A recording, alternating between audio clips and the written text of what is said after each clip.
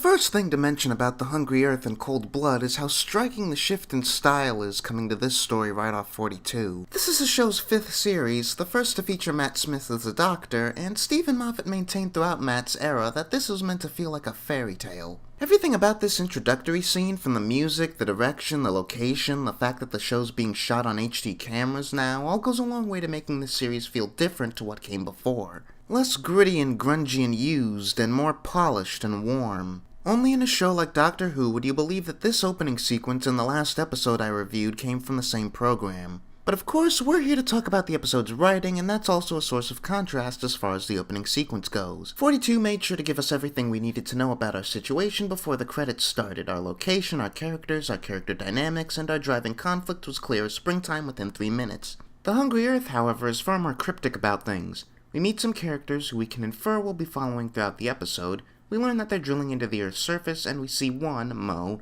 get dragged into a hole in the ground by something. Thanks to the magic of editing, we don't even have the slightest hint of what the thing that dragged him down looks like, and if nothing else, this setup lets us know we're in for a story that's structured differently to 42. And then we meet our main players.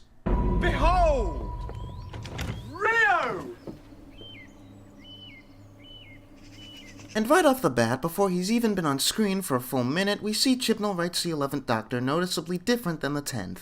I've heard quite a few bits of behind-the-scenes stories regarding Matt Smith's audition for the role, and it suggested often that Matt knew exactly how he wanted to play the character right out of the gate, and that comes through in how consistent he's written throughout Series 5. There's no stumbling blocks, no indication that he's feeling out how to do things like some other Doctors in their first year.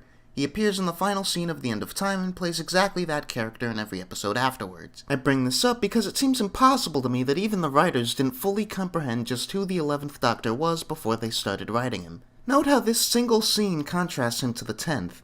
Where Tennant in 42 was all charisma and authority and relatable down-to-earth emotion, Smith starts The Hungry Earth flustered, having landed in the wrong place, jumping up and down like a child to test the ground beneath him, before turning to his companions, Amy and Rory, to ask if they've noticed what he has, only to dejectedly realize it's just him before he keeps noticing weird stuff. He's an alien and a weirdo, and Chibnall gets it. Oh, please, have you always been this disgusting? No. That's recent. But he also gets that he's still a curious mind who's already piecing bits of a grand puzzle together in his head before he even knows what's going on. We also get some nice, succinct bits of characterization for Amy and Rory in this scene. In this same span of time, we can gather that Amy's a shameless fun lover who's out to see the sights and have a good time, while Rory is more measured and calm than his cohorts, but also a tiny bit slow on the uptake. This continues throughout the whole episode as every character gets tons of dialogue or small actions that provide good characterization. Rory's devotion to Amy, Amy's own virtue, the cleverness of the young boy Elliot, how the old man Tony has a bit of an attitude, how Nazreen Chowdhury seems to be having just as much fun as the Doctor despite how nuts things are going, the Doctor's complete confidence in the way he values absolutely everyone's input, along with a reminder of his distaste towards weapons and violence. Series 5, much like Series 3, was a prime jumping-on point for new viewers, and Chibnall writes to convey a lot of integral character beats in a short time, including this little bit that seeds something for later. Lovely place to grow up round here. Suppose. I want to live in a city one day. As soon as I'm old enough, I'll be off. I was the same where I grew up. Did you get away? Yeah. Do you ever miss it? So much.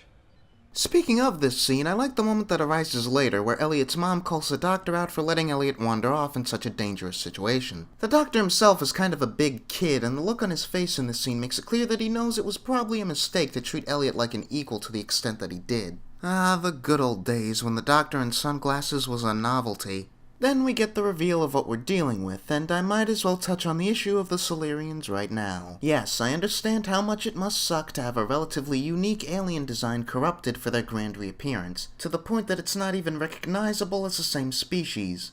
I mean, they're lizards with noses. What's up with that? But I still defend the redesign, if only because it allows the actors and actresses far more room to give an actual performance. And this becomes a much more performance-driven story from this scene onwards. That's not to say a lot of character can't be conveyed through just writing and a vocal performance, but I think this was a more positive move for the sake of the story than negative. I'm the last of my species. No, you're really not.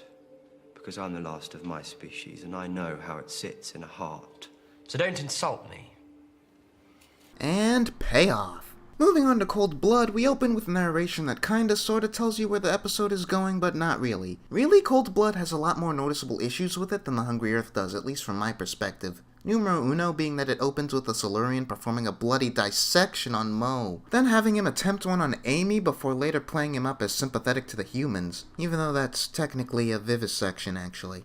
I get what we were going for, sort of, in that observing firsthand how they've changed physically is what awakens him to their potential, but the extent to which we downplay the fact that he knowingly and willingly tortured a conscious man is pretty troublesome. Anyway, at this point in the story, negotiations between humans and Silurians for residents of the planet are going semi-decent, after Eldane here enters the scene in a way that reminds me of the Hunchback and Notre Dame's Archdeacon. But everything goes belly up when Ambrose gives in to temptation and kills the Silurian hostage, Alea. I used to be in the camp that really hated Ambrose when I first watched this story, and her attitude isn't exactly the best, but I've gained a lot of perspective in the 5 years since this episode aired, and honestly I find it difficult not to sympathize with a woman who's on the verge of losing her father, husband, and son in one fell swoop, and after already having lost so much family. Either way, with the mad rush that occurs after the murder is revealed, it becomes even more apparent how Cold Blood has an air of first draftiness about it in a way that Hungry Earth doesn't. Like we're missing vital transitional bits despite the dialogue and pacing still working for the most part. And honestly, I think it was more Stephen Moffat's fault than Chibnall's in this case.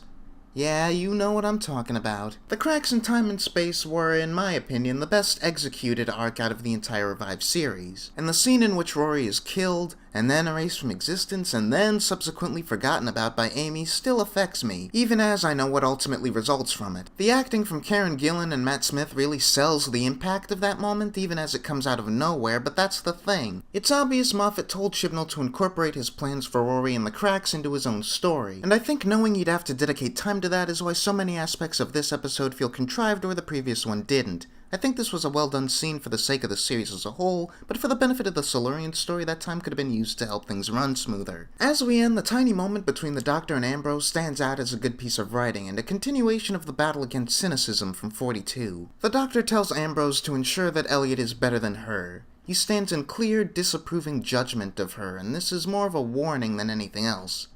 But as he goes to leave, he stops, and turns, and smiles.